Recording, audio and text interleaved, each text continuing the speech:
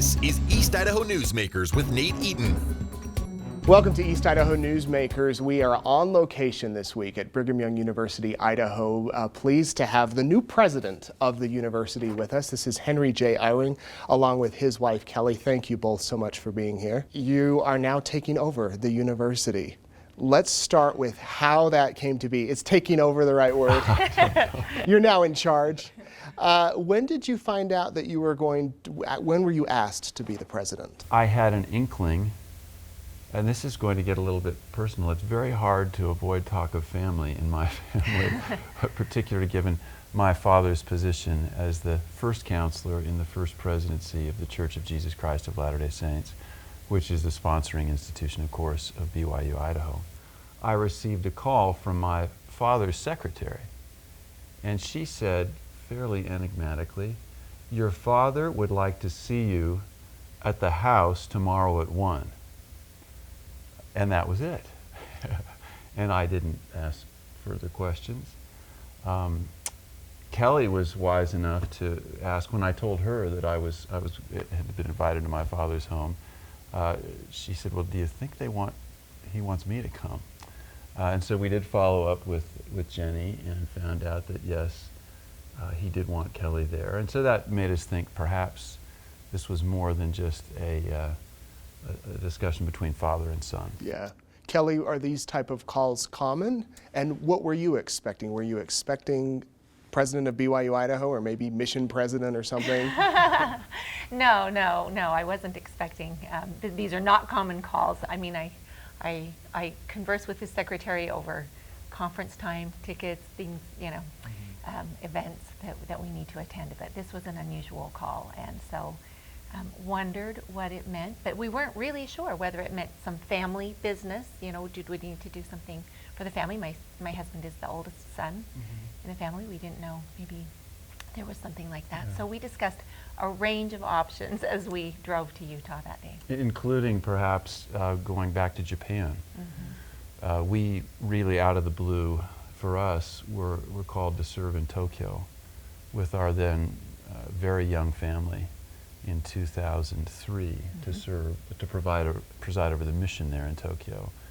And so for all we knew, we were headed back to Japan and the American school in Japan where our children had been educated. In some ways, it's got to be pretty special to have your father, who was a president here, ask you to be the president here in more than just a professional way, but in a family way. Yes, there's no doubt about that. We gathered in the home, in his bedroom, and he extended what is called a call to preside over this university. It's different than an ecclesiastical responsibility, but he did use that word, and so we have to figure out together what that means. That it's both a job and also something of ecclesiastical significance. But he only made one remark about my qualifications or ours. He said that he'd been praying about the matter, and it had been recommended through the channels of the Board of Education, which comprises a number of the senior brethren and sisters of the church. The recommendation had come up through them, and he is very, very sensitive to not only the appearance but the reality of respecting the church as an institution which is governed by God. But this was the procedure, so they were following procedure. And he said, "This morning, as I prayed about this, I remembered being with you on the basketball courts here at what was then Rick's College. We would play basketball in the mornings, and he said, you seem to have been prepared for this." Do you get a manual? How does it work? Do you just go forth? There is no manual per se, but I'll harken back to those procedures that are used. The board is really in the details of the leadership, the direction, the management of this and the other church schools.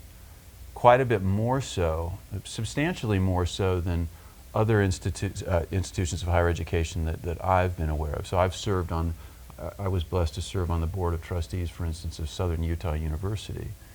And of course they report up through their commissioner of higher education and ultimately to the legislature of the state. But at least as I contrast that with what we experience, the leaders of the Board of Education in the church are much more into the details and the approval of proposals and significant decisions here on this campus than I can imagine anywhere else in higher education. So there's no manual, but we have really good oversight. You're not doing it alone. Yeah. Yeah. Kelly, you all moved here, was it 2006? It was 2006, just as we returned from Japan with our family. And you had served as mission presidents? That's right, mission for president. 3 years, yeah. Did you ever think that your family would end up in Rexburg? I tease Henry all the time. I say, you've taken me to places I never dreamt that we would go, including we did some time in Houston, we did some time in Boston, and then to Tokyo, which I never had imagined, and Rexburg. I had heard his family talk fondly and lovingly of Rexburg, but I had never been to Rexburg, not once in my entire life until the day we came up. And you began, Henry, as a vice president academic? No, I was an associate academic vice president, responsible at the time for a very small group of people pursuing online learning. You say small group at the time. Yes, small at the time. That was 2006. And online learning was still in its infancy. But it turned out to be a very important place for me to train. And here we are 10, 11 years later, and you're being named as president. Did you all plan to stay here this long, or was it just kind of wherever you felt prompted to go? We built a house.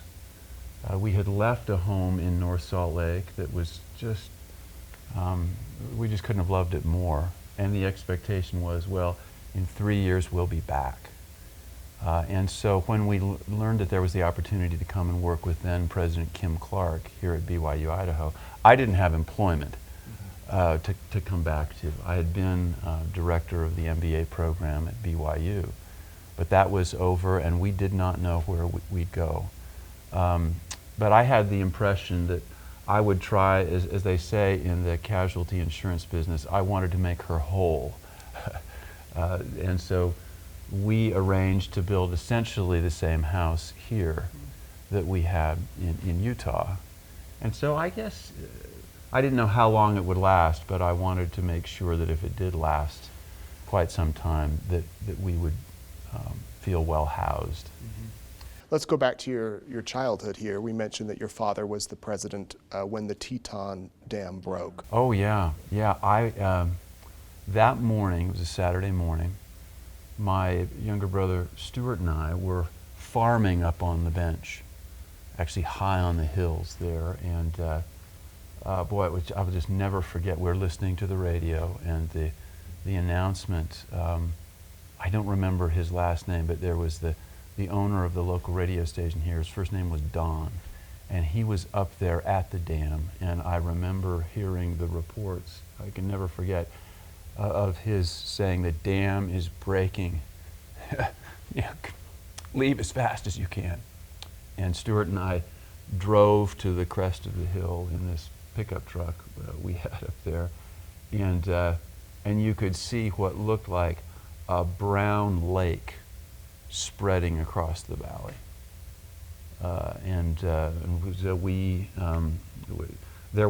We did have a superior there.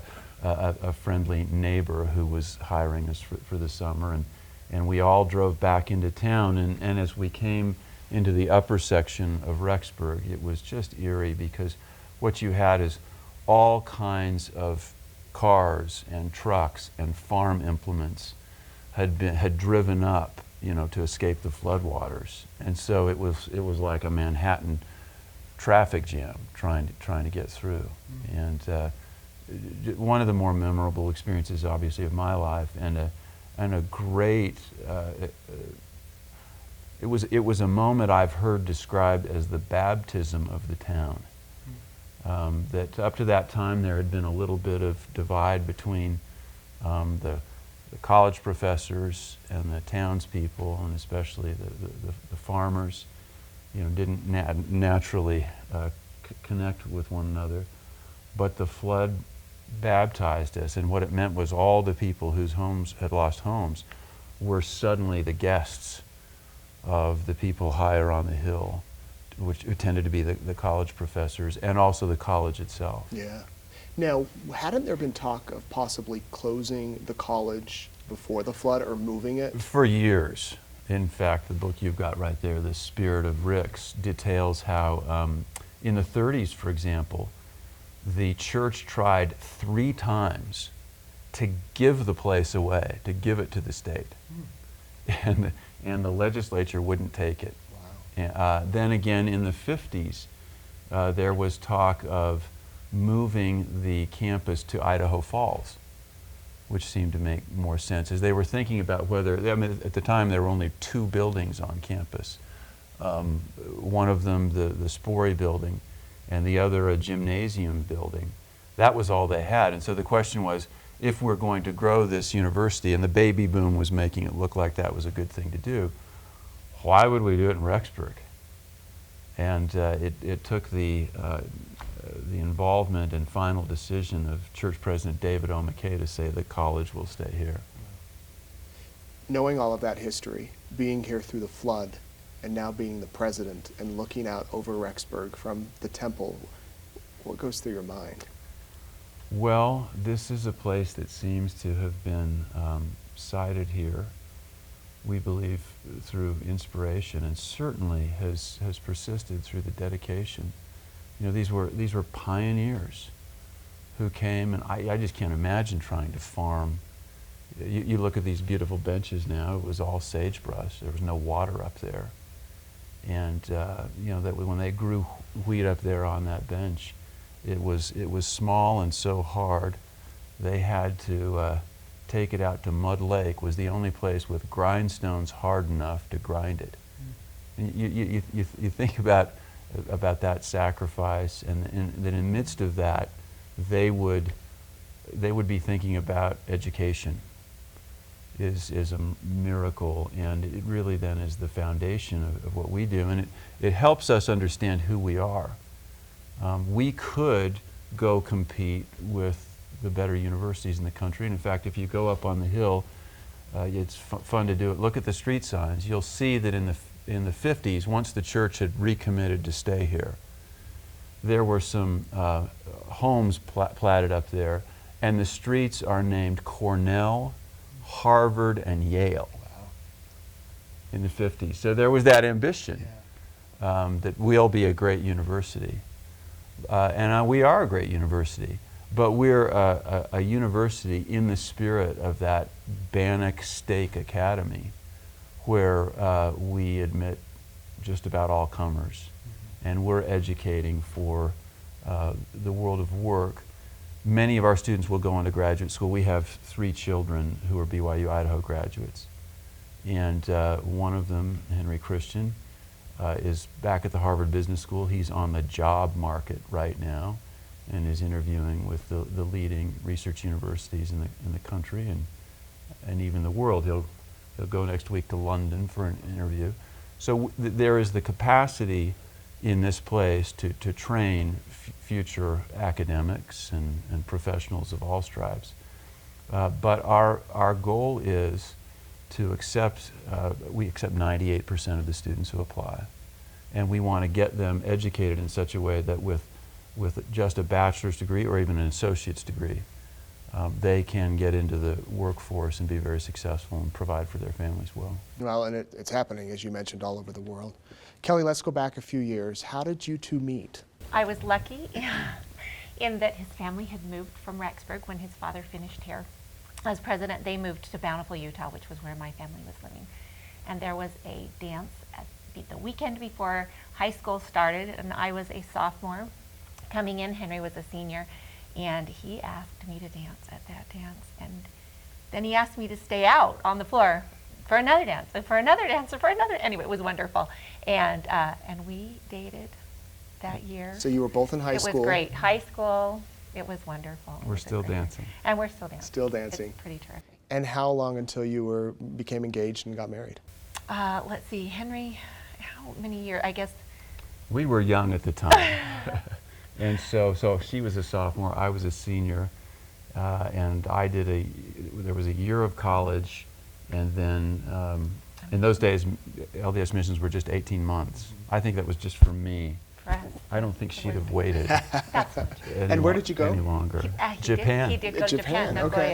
Nagoya. And we married then very shortly after I got back from Okay. the mission. So you dated and were well married before the Eyring name became so prominent in the church. That's true. As you've watched, his Henry Eyring Sr., Henry B. Eyring, become known throughout the world, what has that been like as a daughter-in-law?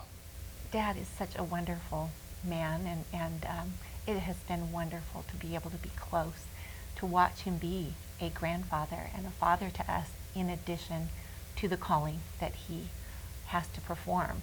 It's such a blessing to us, and we have a son that we also named Henry, and it just is a great opportunity to be close and to watch someone with such integrity like Dad perform both his church function, but then be a family person. It's a great blessing. How often are you mistaken for him?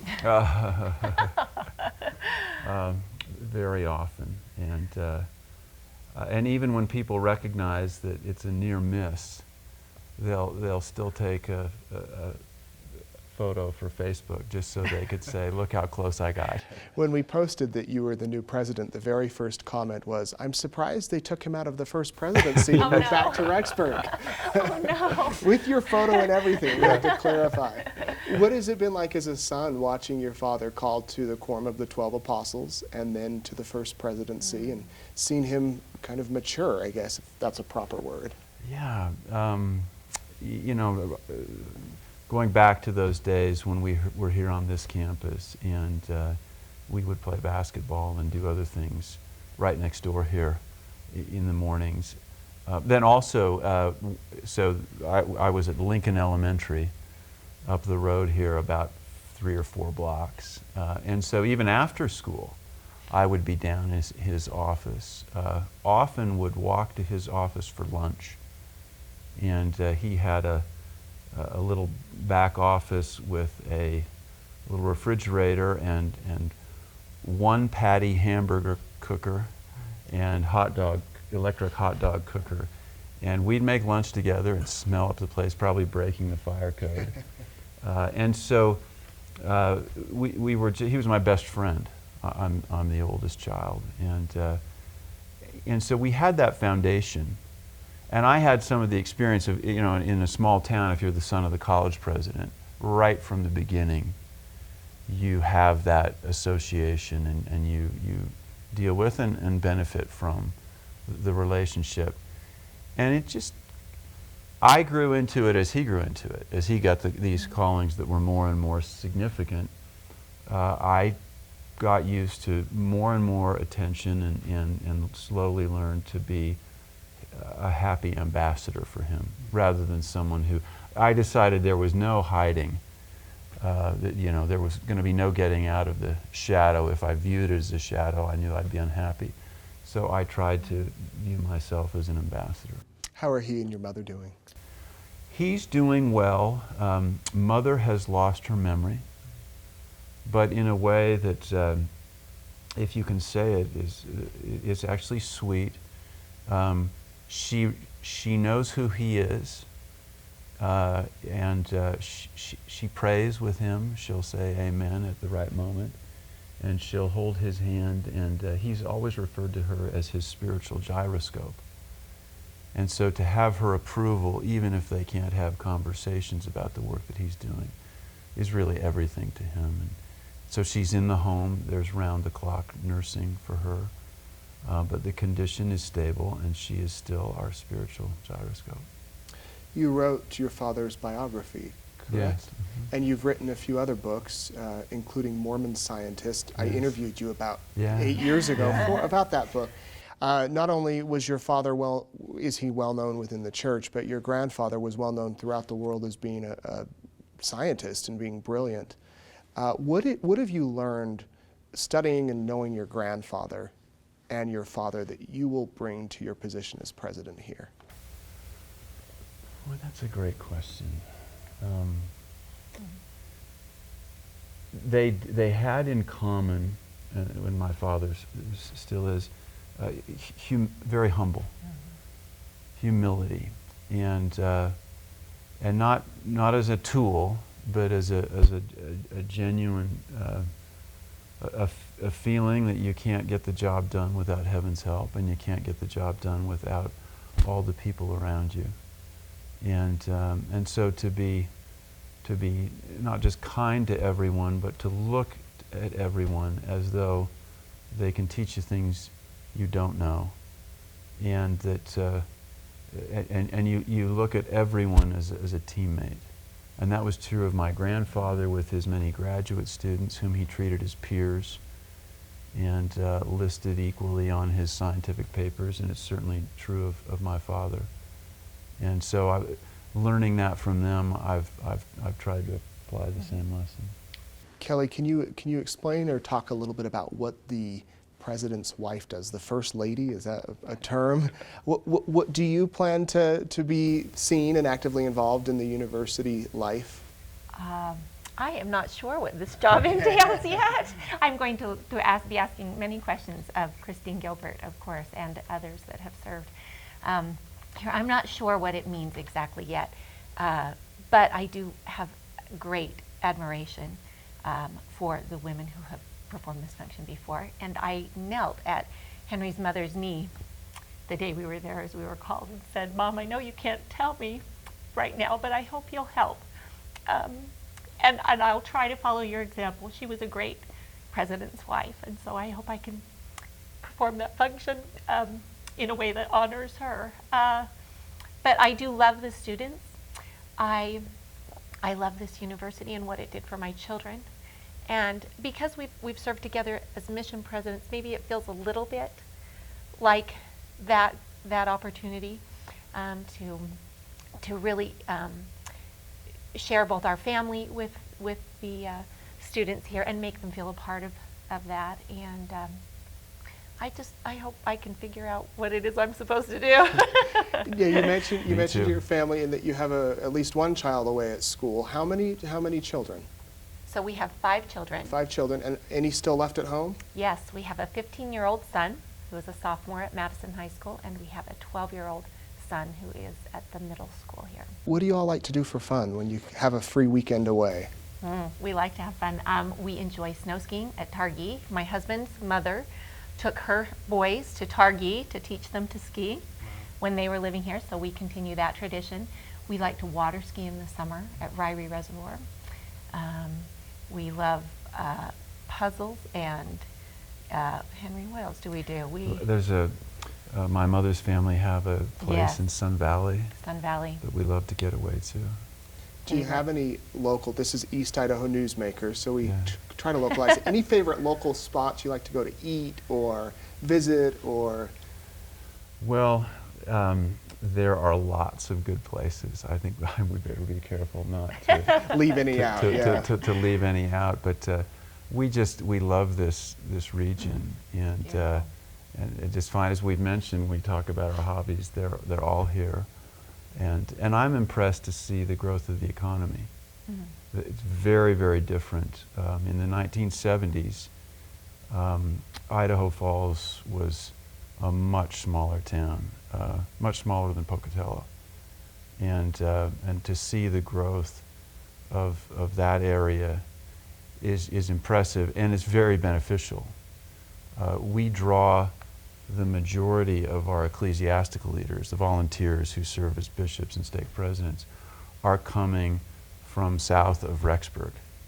that's a great thing. And I see the heaven's hand in that. This university, because the ecclesiastical programs here are so crucial, we can't hire bishops and stake presidents. If we didn't have them, growing to the size we are would be very difficult. And I really think there's been a tremendous symbiosis, I see heaven's hand in it, between the economic development of this region and the growth of BYU Idaho. In 5 or 10 years, when it's time to no longer be president, what do you hope the students will remember about both of you? I hope that they will know how much we love them and this place, and how the goal really is to stay on what President Eyring described in a foundational address as the steady upward course. No big changes, but lots and lots of steady ones. And that's the way for institutions to grow, and it's the way for young people to grow. So I hope that we'll all just feel that we were together, all of us as students, on a steady upward course. Yeah, that's a great answer. Yeah. Well, thank you both very much. The new president of BYU Idaho, Henry J. Eyring, and his wife, Kelly, we appreciate you coming on to East Idaho Newsmakers. You can watch previous episodes here on this link. We also have our podcast that you can download. I'm Nate Eaton. Thanks for joining us. We'll see you next week.